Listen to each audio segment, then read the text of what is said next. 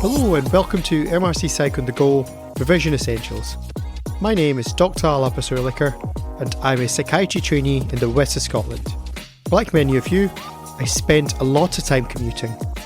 This was valuable time that I could have spent revising for the MRCPsych examination. And so, I've started this podcast to help you revise on the go. Each episode breaks down one high-yield topic mapped to the syllabus. This is then followed by 5 questions to help reinforce your learning. So, grab your headphones, turn travel time into revision time, and let's get started. This episode will cover classical conditioning, operant conditioning, and reinforcement schedules, all critical for MRCPsych Part A. Let's start with classical conditioning. Ivan Pavlov was a Russian physiologist born in 1849. He was studying digestion, not behaviour. In fact, he won the Nobel Prize in 1904 for his work on the physiology of digestion. The psychology came from careful observation. Pavlov noticed something simple but important. Dogs naturally salivate when food is presented. There's no learning there and it's automatic. But then, he saw something unexpected. The dogs began to salivate before the food arrived. They were responding to signals that predicted the food. By repeatedly pairing the sound of a bell with food, Pavlov showed that the bell alone could eventually trigger salivation. A neutral stimulus had acquired meaning through association. This is classical conditioning, learning through association. There are 4 core terms you need to be fluent with. The unconditioned stimulus is something that naturally produces a response. In Pavlov's experiment, that was the food. The unconditioned response is the automatic response to that stimulus. Salivation to food is the unconditioned response. The conditioned stimulus starts off neutral. In the experiment, it was the bell. Initially, it produced no response, but after repeatedly pairing with food, learning happens. The conditioned response is the learned response to the conditioned stimulus. This is the salivation to the bell. To put it in simple terms, food is the unconditioned stimulus, or US. Salivation to food is the unconditioned response, or UR. The bell then becomes the conditioned stimulus, or CS, and salivation to the food is the conditioned response, or CR. If you notice the shift, before learning, salivation follows food, but after learning, salivation follows the bell. Now, let's move on to extinction. If you keep ringing the bell but stop presenting food, salivation gradually reduces. Eventually, it just stops. This loss of the learned response is extinction. Here is the key point. Extinction does not delete the original learning. Rather, it adds new learning that suppresses it. We know this because several related phenomena occur. Spontaneous recovery is one of them. After extinction, the conditioned response can briefly return after a rest period. For example, a patient completes exposure therapy for dog phobia. They can walk past dogs calmly. A few weeks later, a dog barks and they suddenly feel a surge of fear. This settles quickly but is still there. This temporary return is spontaneous recovery. Another phenomena is renewal. If conditioning happens in one context and extinction in another, the response can return in the original context. Let's imagine someone develops a panic attack in a particular supermarket. They improve during therapy sessions in a clinic office. Then, they return to the original supermarket and the anxiety resurfaces. It's the same person with the same learning history but different context. Thirdly, let's talk about reinstatement. After extinction, presenting the unconditioned stimulus again can bring back the conditioned response. For example, a person can overcome a needle phobia through graded exposure. Later, they have a particularly painful blood test. This painful experience can trigger renewed anxiety in medical settings even without repeat pairing. This is a strong reminder that can reactivate the association. And lastly, let's talk about rapid reacquisition. If conditioning begins again after extinction, learning happens more quickly than the first time. Let's think of someone who has reduced social anxiety. After several distressing social events, avoidance ramps up quickly, faster than when it first developed. This shows that the pathway was never erased. These ideas sit right at the centre of anxiety disorders. Neutral situations become linked with fear through association. The treatment builds new learning, but the old learning still remains in the background. Now, let's shift from association to consequences. Operant conditioning was described by B.F. Skinner, an American psychologist born in 1904. He went on to become the 20th century's most influential psychologist. Unlike Pavlov, he was not interested in pairing stimuli. He focused on what happens after our behaviour.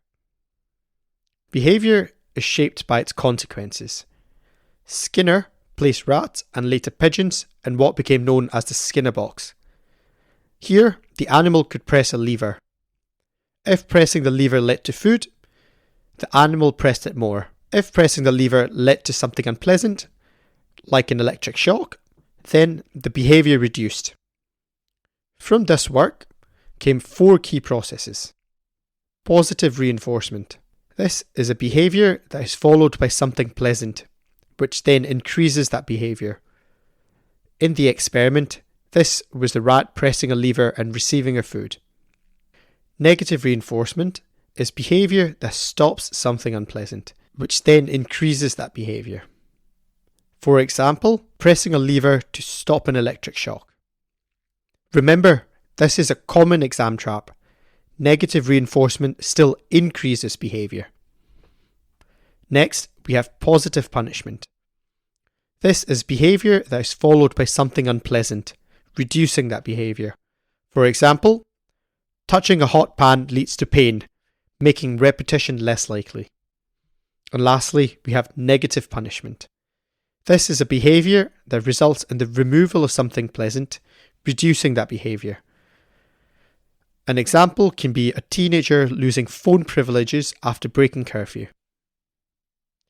So to keep it simple, reinforcement increases behaviour, punishment decreases behaviour. Positive just means that something is added, and negative means something is removed. Clinically, this explains why avoidance is so persistent in anxiety disorders. Avoiding a feared situation reduces anxiety in the short term. This relief then reinforces the avoidance, and the behaviour is strengthened. Skinner also showed that timing matters. Reinforcement schedules varying along 2 dimensions: ratio versus interval and fixed versus variable. A fixed ratio schedule delivers reinforcement after a set number of responses. For example, food after every 10 lever presses. This produces high responding with short pauses after each reward. A variable ratio schedule delivers reinforcement after an unpredictable number of responses. A classic example is gambling. Because the reward is unpredictable, responding becomes very persistent. This schedule is the most resistant to extinction. A fixed interval schedule delivers reinforcement after a fixed period of time. Think of a weekly salary. The effort tends to increase as payday approaches. This produces the characteristic scalped pattern of responding. And lastly, we have the variable interval schedule, which delivers reinforcement after an unpredictable time interval. Checking your emails is a good example of this. Messages arrive at irregular times, leading to steady, moderate responding. For the exam, remember 2 points. Variable ratio schedules produce the strongest, most persistent behaviour, and fixed interval schedules produce scalping. Now, let's test your recall. I will read out 5 exam-style questions. After each one, I will pause for 10 seconds so you can have a go at answering it yourself before hearing the answer. Question 1. In Pavlov's experiments, what is the unconditioned stimulus?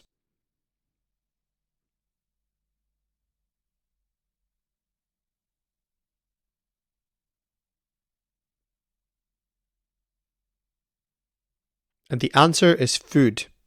Question 2. Salivation in response to the bell represents which component of classical conditioning?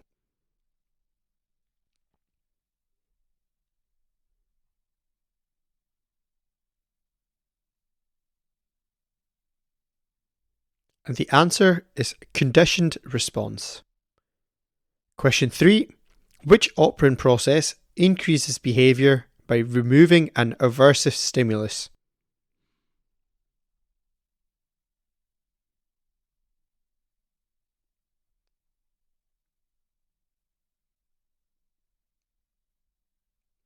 The answer is negative reinforcement. Question 4. Which reinforcement schedule is the most resistant to extinction?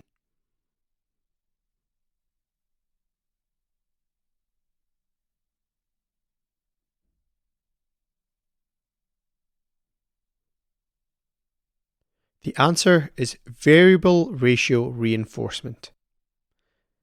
And final question, question 5. A scalped pattern of responding is characteristic of which schedule?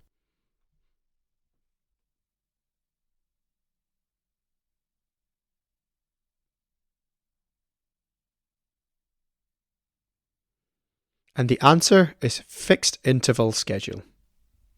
So, if you paused and thought it through, that is exactly how to prepare for this exam. Well done. Let's summarise what we have learned today.